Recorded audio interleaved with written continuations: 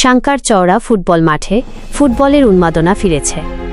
লালমনিরহাট জেলার দুর্গাপুরের ঐতিহ্যবাহী সাঙ্কারচওড়া ফুটবল মাঠে দীর্ঘ ৬ বছর পর আবারও ফুটবলের উন্মাদনা ফিরে এসেছে। ২০১৯ সাল থেকে বন্ধ থাকা এই খেলাটি অবশেষে গত শনিবার ১৩ই সেপ্টেম্বর ২০২৫ এক জাঁকজমকপূর্ণ অনুষ্ঠানের মধ্য দিয়ে পুনরায় শুরু হয়েছে।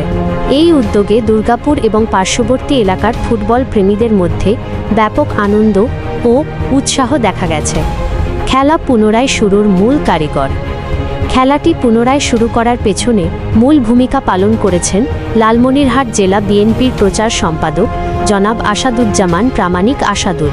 তার আন্তরিক প্রচেষ্টা এবং সাঙ্কারচওড়া স্পোর্টিং ক্লাব ও স্থানীয় জনগণের সম্মিলিত সহযোগিতায় এই ঐতিহ্যবাহী খেলাটি আবারও মাঠে গড়াতে পেরেছে। উদ্বোধনী অনুষ্ঠানে প্রধান অতিথি হিসেবে উপস্থিত ছিলেন আদিতমারী উপজেলা নির্বাহী কর্মকর্তা বিধান কান্তি হালদার এবং সভাপতি ছিলেন শালেকুজ্জামান প্রামাণিক। জনগণের উচ্ছ্বাস এবং আশা। দীর্ঘ বিরতির পর খেলাটি ফিরে আসায় দুর্গাপুরের মানুষ কৃতজ্ঞ এবং আনন্দিত। তারা মনে করেন এই ধরনের খেলাধুলা যুব সমাজকে সুস্থ ও সতেজ রাখতে সাহায্য করবে, তাই তারা ভবিষ্যতে এই ধারা অব্যাহত থাকার আশা প্রকাশ করেছেন।